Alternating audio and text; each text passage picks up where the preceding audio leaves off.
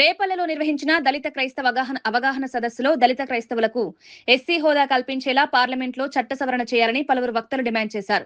Liberation Congress party నాయకుడు మాజీ IAS అధికారి జి విజయ్ కుమార్ మాట్లాడుతూ రాజ్యాంగం కల్పించిన మత స్వేచ్ఛను పరిరక్షిస్తూ దళిత క్రైస్తవుల హక్కులను కాపాడాలన్నారు. మతానికి రిజర్వేషన్లకు సంబంధం లేదని, ఈ అంశంపై కేంద్ర ప్రభుత్వం చట్ట సవరణ చేపట్టాలని కోరారు. దళిత క్రైస్తవుల హక్కుల కోసం దేశవ్యాప్తంగా ఐక్యంగా ఉద్యమించాలని పిలుపునిచ్చారు. రాజ్యాంగబద్ధమైన హక్కుల కోసం మాట్లాడే వారిపై అక్రమ కేసులు నమోదు చేయడం ప్రజాస్వామ్య స్ఫూర్తికి విరుద్ధమన్నారు.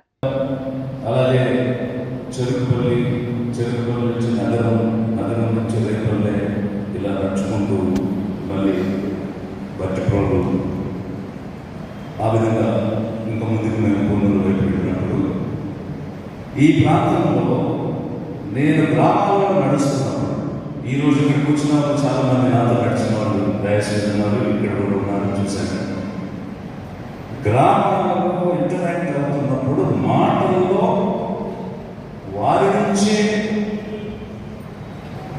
జనం నుంచి నేను విన్నాను బిషప్ రెడ్డి గురించి.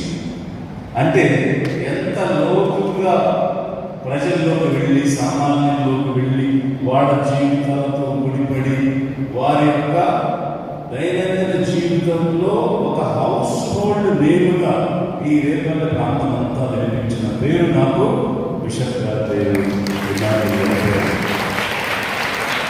అప్పటికి నేను వారిని కలవలేదు, వారు నేను కలుసుకోలేదు.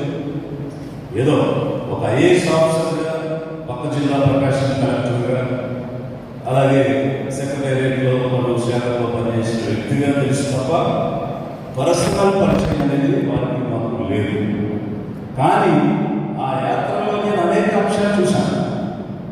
ఎక్కడో తనలో మొదలైతే ఒక్కొక్క ప్రాంతంలో ఒక్కొక్క రీతిగా ఉన్న పెత్తందారితనాన్ని చూశాను, ఆధిపత్యాన్ని చూశాను. అక్కడ స్టార్ట్ అయినప్పుడు ఒక రకమైనటువంటి వర్గం ఇంకో రకమైనటువంటి వర్గాన్ని అణిచివేత చేయడం చూశాను. ప్రాంతాల వారీగా ఒక్కొక్క ప్రాంతంలో ఒక్కొక్క ఆధిపత్య వర్గం ఉంది.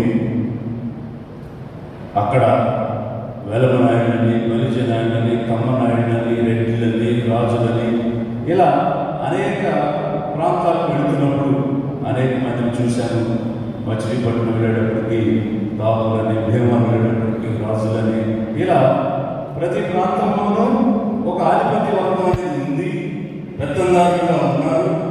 వారు సామాన్యులను, పేదవాళ్ళను తమ గుప్పెట్లో పెట్టుకుని అణిచివేస్తూ వారి చెప్పుచేతల్లో అధిక జనాన్ని నడిపిస్తూ వారి పెత్తనంలో కొనసాగిస్తున్న తీరుని నేను పాదయాత్రలో చూశాను.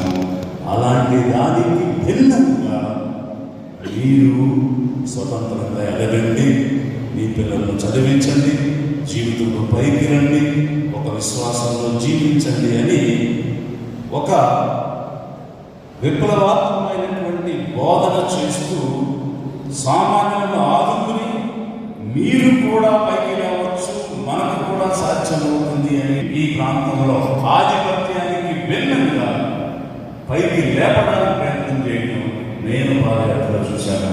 బిషప్